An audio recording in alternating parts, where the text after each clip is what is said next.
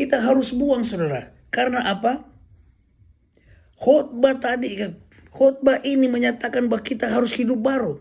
Ayatnya yang betul-betul kita baca di sini, kita mendengar di dalam 1 Petrus 2 ayat 1 dan 2. Karena itu buanglah segala kejahatan, segala tipu muslihat, dan segala macam kemunafikan, kedengkian dan fitnah.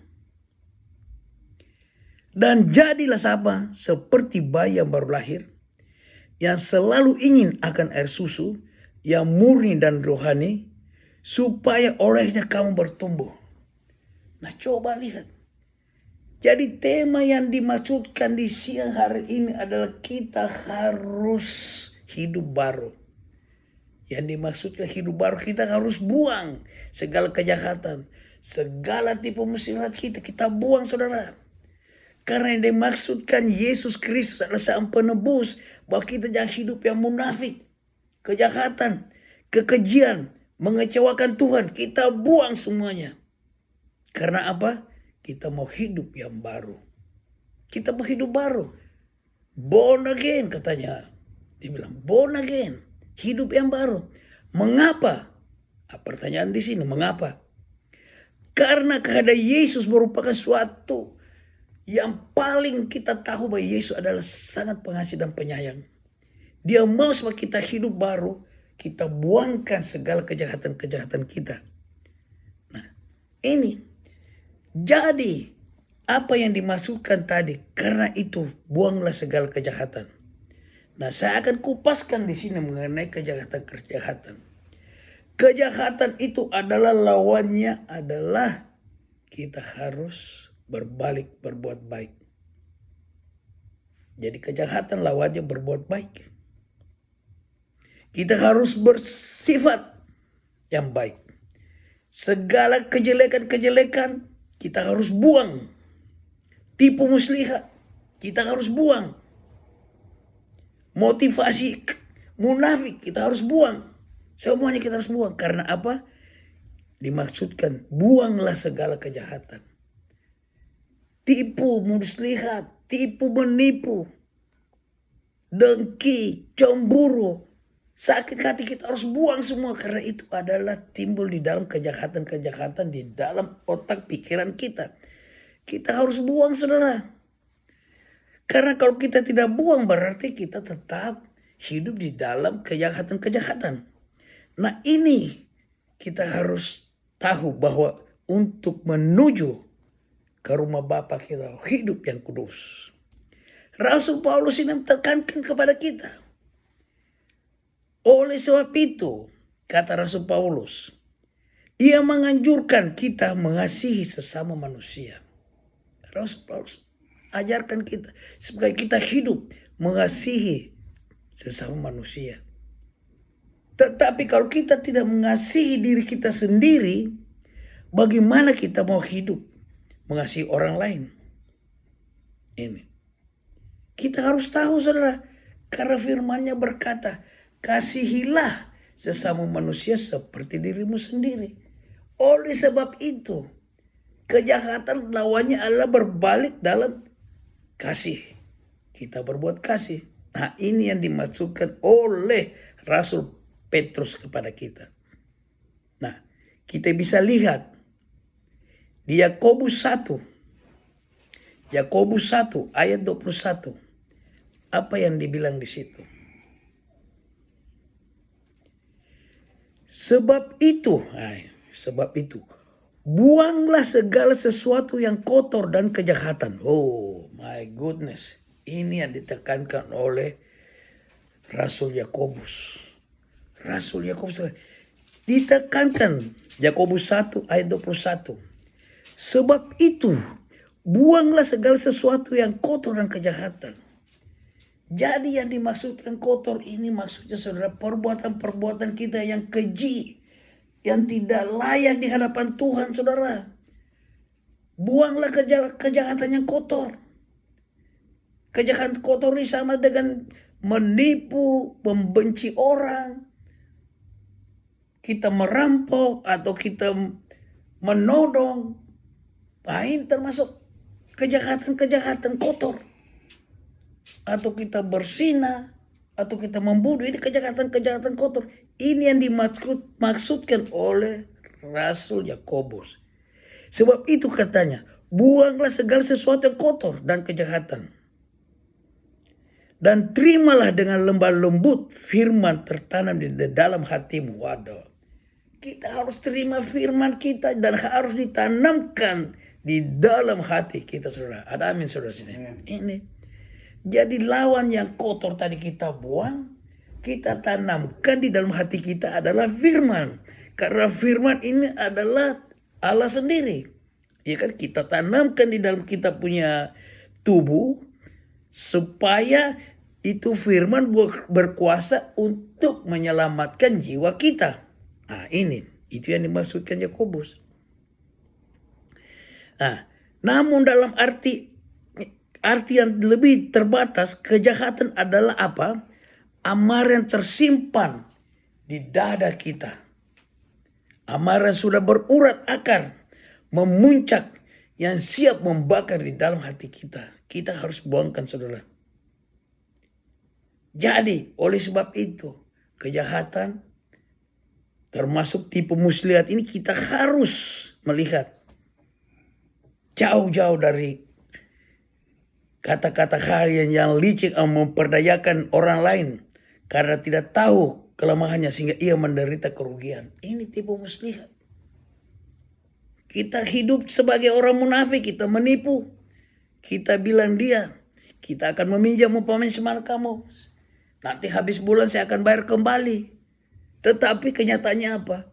Ketika habis bulan, dia tidak membayar kembali kepada saudara. Nah, ini sama dengan dikatakan apa? Tipu muslihat. Nah, kita harus hidup jujur, saudara. Ini yang dimaksudkan tadi Rasul Paulus. Buanglah segala kejahatan. Selain juga apa? Segala macam kemunafikan. Kita harus buang. Ini berarti berbagai jenis kemunafikan dalam hal agama dan juga dalam kebalikan kesalehan. Perilaku sehari-hari kita harus berbuat yang baik terhadap sahabat-sahabat kita. Ini supaya kita apa? Kita hidup kudus di mata Tuhan dan Tuhan sangat menyayangi kita.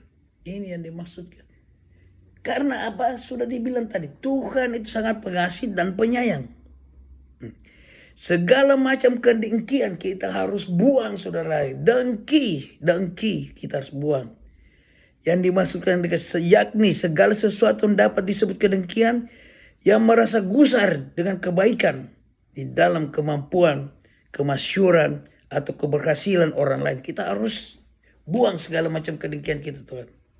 Yang lebih parah lagi adalah kita memfitnah. Ini fitnah, ini sama sekali tidak baik, saudara. Kita harus jangan memfitnah orang itu. Jangan kita mencela. Jangan kita menentang atau mencembarkan nama baik dia. Berarti kita memfitnah. Karena fitnah ini kita belum lihat buktinya, kita sudah menghakimi. Itu yang dinamakan fitnah, saudara. Tuhan tidak mengajarkan kita supaya kita harus menghakimi sesama kita. Jangan, saudara. Karena firman-Nya berkata, pembalasan adalah hakku, kata Tuhan. Jadi mengapa kamu memfitnah? Ada amin di sini. Ini. Karena fitnah itu maksudnya engkau mencela. Engkau menghakimi orang itu. Iya kan? Mencemarkan nama baik orang itu. Umpamanya kamu bilang, oh saya melihat orang itu tadi malam. Dia berciuman dengan wanita itu. Sedangkan wanita itu mempunyai suami.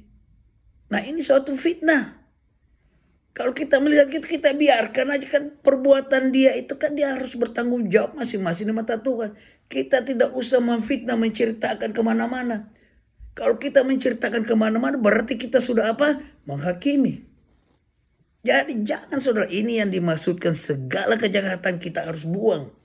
Fitnah, munafik, dengki, cemburu, pencuri, segala apa yang perbuatan jahat harus kita buang. Ada amin saudara? Ini. Nah itu. Kita harus berhati-hati karena apa? Dunia ini sudah sangat-sangat keras. Apalagi dalam keadaan sekarang ini kita melihat bahwa orang-orang takut akan kejadian dengan virus corona 19 ini. Jadi kita harus banyak berdoa saudara. Kita harus banyak berdoa. Karena no choice. Kita harus berdoa. Kita bilang Tuhan ampuni kami. Tuhan ampuni kami. Nah ini. Nah, di ayat yang kedua apa dikatakan tadi di sini? 1 Petrus 2 ayat 2 dibilang apa? Dan jadilah sama seperti bayi yang baru lahir. Nah, apa yang dimaksudkan ini? Jadilah sama seperti bayi yang baru lahir. Yang dimaksudkan bayi yang baru lahir adalah bayi ini sangat kudus. Bayi ini tidak tahu apa-apa. Bayi ini cuma minum air susu. Dia tidak berbuat jahat. Ini yang dimaksudkan oleh Rasul Petrus. Jadilah seperti bayi. Jadi kita hidup yang kudus di mata Tuhan, saudara. Kalau kita hidup seperti bayi, bayi tidak berbuat kejahatan, tidak mencuri, tidak menipu, dia cuma minum air susu. Nah, apakah kita bisa hidup seperti bayi yang baru lahir? Kelakuan kita. Kalau kita bertobat, pasti kita bisa. Ada amin, saudara. Ini kita harus jadikan seperti bayi yang baru lahir. Ini yang dimaksudkan tadi ini. Dan selain itu juga apa dikatakan? Dikatakan yang selalu ingin akan air susu yang murni dan rohani. Ah, lihat. Jadi bayi ini dia cuma hidup dengan air susu yang murni. Yang maksudkan murni adalah ini betul-betul hidup yang murni, tulus, tidak bercelah di mata Tuhan. Murni. Murni itu berarti 100% betul-betul baik. Sama yang dikatakan juga. Dibilang keumpamanya saudara mau masuk pergi di toko emas. Saudara masuk toko emas. Penjual toko itu bilang, ini emas murni 24 karat. Bukan emas 10 karat atau 15 karat. Tidak ada. Ini murni 24 karat. Ini yang dimaksudkan susu yang murni. Yang itu bayi akan minum. Ada amin saudara? Ini. Selain dari murni, dia adalah rohani. Rohani apa maksudnya? Supaya dia hidup kudus. Dia tahu firman. Dia takut akan firman. Dia tahu mau belajar firman. Ini namanya rohani. Ini namanya rohani. Jadi dia mau hidup secara rohani. Berarti dia tahu firman. Dia tidak harus berbuat kejahatan. Dia harus berbuat baik menurut rohani. Supaya apa? Supaya kamu boleh bertumbuh. Jadi bayi ini akan bertumbuh dia saudara. Iya kan? Dia akan bertumbuh. Karena apa? Dia hidup yang baik.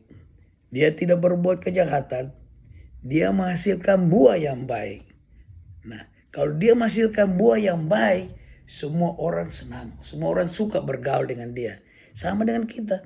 Kalau kita berbuat baik, kita tidak membuat kejahatan. Kita hidup sopan. Kita hidup jujur. Pasti orang akan berkenan bergaul dengan kita. Ini karena dilihat dalam kehidupan kita sehari-hari bahwa saya melihat bapak itu hidupnya mewah karena dia jujur, dia diberkati hidupannya. Nah, itu. Jadi dia bertumbuh saudara. Kita harus bertumbuh. Ini. Itu yang dimaksudkan dengan Rasul Petrus tadi. Sikap mereka dalam menginginkan susu murni dari firman yang dinyatakan melalui bayi tadi yang baru lahir. Ini yang Petrus maksudkan. Ratu Petrus. Kehidupan baru membutuhkan makanan yang sesuai. Nah, lihat. Kehidupan baru membutuhkan makanan sesuai. Apa yang dimaksudkan ini? Apa yang dimaksudkan? Kehidupan baru membutuhkan makanan sesuai. Jadi maksudnya kita harus makan yang betul-betul firman Tuhan. Takut akan segala-galanya. Kita akan karena apa? Karena susu itu sama seperti firman Tuhan. Itu yang dimaksudnya. Jadi kalau kita hidup, makanan kita itu baik. sempurna, kita akan bertumbuh, saudara. Kita akan bertumbuh dan akan minum susu yang murni, dan kita akan kuat di dalam kehidupan kita sehari-hari. Ini yang dimaksudkan tadi oleh Rasul Petrus dengan susu yang murni, supaya dia bisa tumbuh kuat sebagai orang yang betul-betul takut akan firman Tuhan. Amin, saudara. Ini kita bisa lihat juga di dalam kitab Injil Matius 4 ayat 17. Matius 4 ayat 17. Apa yang dikatakan di situ? Sejak waktu itulah Yesus memberitakan. Lihat. Saya baca sekali lagi. Matius 4 ayat 17. Sejak waktu itulah Yesus memberitakan, bertobatlah sebab kerajaan sorga sudah dekat. Haleluya. Haleluya. Ini coba lihat. Yesus memberitakan kepada murid-murid waktu dia sedang di atas bukit, dia sedang mengajar orang-orang itu, kurang lebih 5.000 orang. Dia tekankan, dia bilang, bertobatlah kalian karena kerajaan sorga sudah dekat. Ini yang dimaksudkan. Nah, ini ada berhubungan dengan segala kejahatan-kejahatan tadi. Jadi kalau kita lepaskan semua itu kejahatan-kejahatan tadi, sifat munafik, sifat cemburu, apa segala, dan kita kembali ke dalam ayat Matius 4:17 ini, berarti kita boleh hidup yang kudus. Karena kita mau bertobat. Ditekankan di sini, bertobatlah sebab kerajaan sorga sudah dekat. Coba lihat. Kita ini, saudara-saudara, hidup di dunia ini hanya ada 2 choice. Only 2 place that God prepare for you. Which one you gonna choice? Hell or heaven? Only 2 place God provided. Jadi 2 tempat God menyiapkan. Surga atau neraka. Anda make choice. Anda memilih. Yang mana Anda pilih. Tetapi kalau Anda buang segala kejahatan-kejahatan tadi yang ditekankan oleh Rasul Petrus, berarti engkau akan menuju ke mana? Ke sorga. Ini yang dimaksudkan tadi sama Rasul Matius 4 ayat 17. Bertobatlah sebab kerajaan sorga sudah dekat. Nah ini. Oleh karena itu, camkan, ingat baik-baik, camkan di dalam hati kita. Segala kejahatan dan segala tipu muslihat, ketahuilah dosa ini engkau kesampingkan, buangkan. Maka ini akan, kalau tidak, ini akan menghambat keuntungan rohani kamu. Karena kamu tetap berkecimpung ke dalam dosa, dalam kejahatan. Ini akan mengecimpungkan engkau akan jauh daripada pertobatan. Sehingga kamu tidak akan diselamatkan. Ini, jadi kita harus betul-betul harus hidup yang kudus. Ini yang dimasukkan tadi. Nah, kita juga bisa lihat di dalam Roma 10 ayat yang 9. Apa yang dikatakan di Roma 10 ayat yang ke-9. Di situ dikatakan bahwa sebab jika kamu mengaku dengan mulutmu bahwa Yesus adalah Tuhan dan percaya dalam hatimu bahwa Allah telah membangkitkan dia dari antara orang mati, maka kamu akan diselamatkan. Haleluya, haleluya. Roma 10 ayat 9. Ini yang ditekankan oleh Rasul Paulus di jemaat di kota Roma. Jemaat di kota Roma. Ditekankan situ. Dia bilang, sebab pada waktu itu Rasul Paulus di kota Roma, dia mengetahui bahwa masih banyak orang-orang yang masih percaya kepada tahyul-tahyul, percaya kepada dewa-dewa, percaya kepada kuil-kuil, percaya kepada berhala-berhala. Maka Rasul Paulus menekankan, hei kamu bertobatlah dengan mulutmu. Engkau harus mengaku dengan mulutmu bahwa Yesus adalah Tuhan. Yesus adalah Tuhan. Roma 10 ayat 9. Mengaku dengan mulutmu, saudara. Jangan percaya kepada berhala. Jangan percaya kepada orang pintar.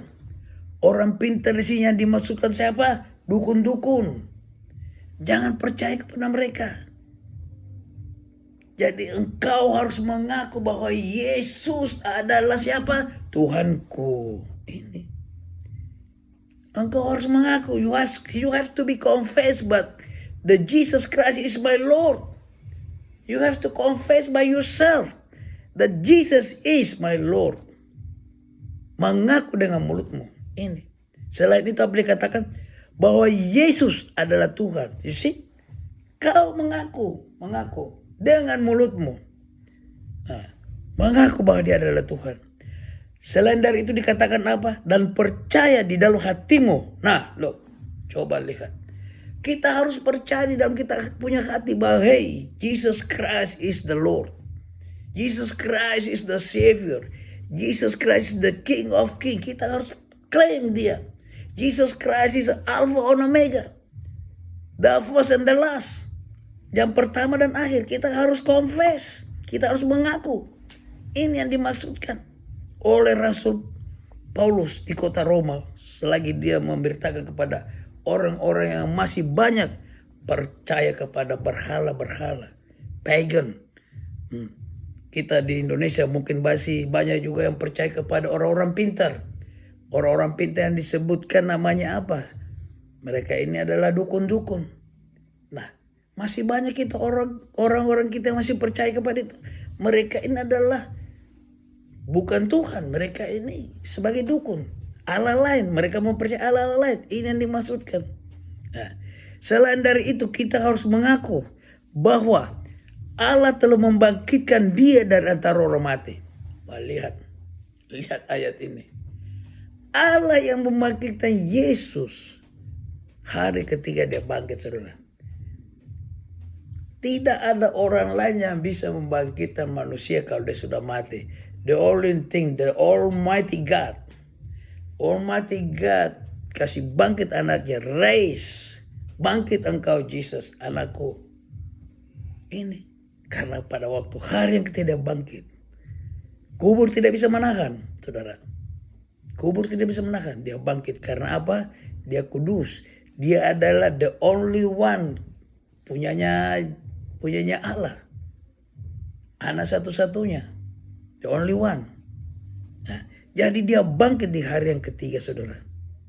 Tetapi setelah itu dikatakan oleh Rasul Paulus, jadi engkau mengatakan dalam hatimu, engkau percaya dia telah bangkit dari orang mati, maka kamu akan diselamatkan.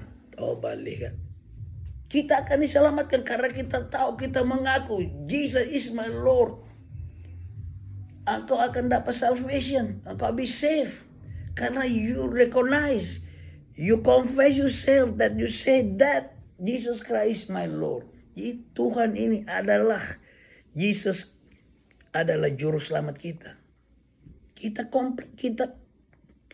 bilang, kita mengaku bahwa dia adalah Tuhan kita. Nah ini. Jadi dengan kata lain, kalau kita mau bertumbuh di dalam kehidupan kita yang baik, seperti bayi, wow, puji Tuhan. Tuhan sangat menghargai kita. Karena Tuhan bilang, engkau adalah ciptaanku. Engkau harus hidup yang kudus. Jangan seperti perbudakan orang-orang di Israel zaman dulu, nenek moyang kita. Nenek moyang kita ini sudah dikeluarkan dari tanah Mesir, saudara. Tetapi mereka sangat bersungut-sungut. Akhirnya jarak antara Mesir dengan negara Israel hanya mungkin bisa ditempuh dalam beberapa hari, tetapi karena mereka bersungut-sungut, tidak mau mengikuti peraturan-peraturan Tuhan, sehingga mereka berputar-putar di situ 40 tahun. Coba lihat. Apakah kita mau begitu? Saya rasa tidak. Mereka karena bersungut-sungut. Tetapi kalau mereka bilang bahwa yes Lord, Engkau sudah mengeluarkan kami dari perbudakan di Mesir dan sekarang menuju ke tanah perjanjian, yaitu susu dan madu. Tetapi karena engkau bersungut-sungut kepada Musa dan juga kepada Allah, sehingga Allah memberikan engkau berputar-putar di situ 40 tahun lamanya, saudara. Nah ini, jadi kita harus tahu, jangan kita bersungut-sungut. Kita mau buang kita punya kejahatan yang baik, kita harus masuk ke kamar. Kita berdoa, Tuhan ampuni kita Tuhan. Kami telah berbuat kesalahan-kesalahan yang tidak menyenangkan Engkau. Ampuni kami Tuhan. Tidak ada jalan lain. Karena kami tahu Engkau pasti mengampuni kami. Coba kita lihat contoh. Seperti Raja Daud kan. Dia minta ampun kepada Bapa dia di sorga. Tuhan ampuni. Karena apa? Dia tahu kesalahan-kesalahan dia. Dia berbuat yang tidak layak di hadapan Tuhan. Pasti saudara-saudara tahu bagaimana kelakuan Raja Daud waktu itu kan. Melihat Batseba dan mengambil dia sebagai istri. Saudara tahu ceritanya. Oleh sebab itu dia minta kepada Tuhannya, Bapa ampuni aku. Tunjukkanlah jalan kebenaranmu kepadaku ya Bapa. Jadi Tuhan tunjukkan. Tuhan bilang sama Daud, bertobatlah kau. Maka dia bertobat. Sehingga Raja Daud boleh hidup memerintah di kerajaan Israel selama 40 tahun. Dan dia mati pada umur yang ke-70. Puji Tuhan. Raja Daud mati umur ke-70. Nah, inilah jadi kalau kita mau hidup yang baik, kita harus tahu. Kita harus tahu. Perbuatan-perbuatan jahat kita kesampingkan. Kita bertobat, berbalik kembali. Berbalik kembali 360 derajat, berbalik kembali ke jalan yang benar. Karena jalan yang kejahatan tadi itu akan menuju masuk ke lubang jurang adalah neraka. Di mana kita dalam neraka itu api tidak dapat berhenti. Menyala setiap saat menyala. Terus menerus menyala sehingga kita akan mati di sana berteriak kepanasan. Dibakar kita punya diri kita di situ. Nah, saya ambil di ayat yang penutup khotbah di siang hari ini, ayat penutup diambil di dalam 2 Petrus 3. Jadi 2 Petrus pasal 3 ayat yang ke-18. 2 Petrus 3 ayat 18 yang berbunyi, tetapi bertumbuhlah dalam kasih karunia dan dalam pengenalan akan Tuhan dan Juru Selamat kita Yesus Kristus. Baginya kemuliaan sekarang dan sampai selama-lamanya. Lihat, ini baik sekali ayat ini yang dikemukakan oleh Rasul Petrus. Pertama tadi disuruh kita bertobat. Buang segala kejahatan-kejahatan, dia bilang. Sekarang dia katakan di ayat yang penutup di sini dia katakan, tetapi bertumbuhlah dalam kasih karunia. Lihat. Kita harus bertumbuh mempunyai kasih, saudara. Kita harus mempunyai kasih, kita harus bertumbuh dalam kasih. Dan pengenalan akan Tuhan dan Juru Selamat kita. Jadi kalau kita buangkan segala yang jahat-jahat tadi, munafik, kita buang semua dan kita kembali ke jalan yang benar kepada Tuhan Yesus Kristus Juru Selamat kita. Baginya kemuliaan itu sekarang sampai selama-lamanya. Ini yang dimaksudkan. Ini yang maksudnya. Jadi Rasul Petrus mengunci dengan ayat ini sungguh-sungguh luar biasa. Pertama tadi dia kata kita harus bertobat supaya kita boleh hidup yang kudus. Dan kita harus hidup seperti anak bayi yang memerlukan susu. Karena anak bayi ini adalah murni.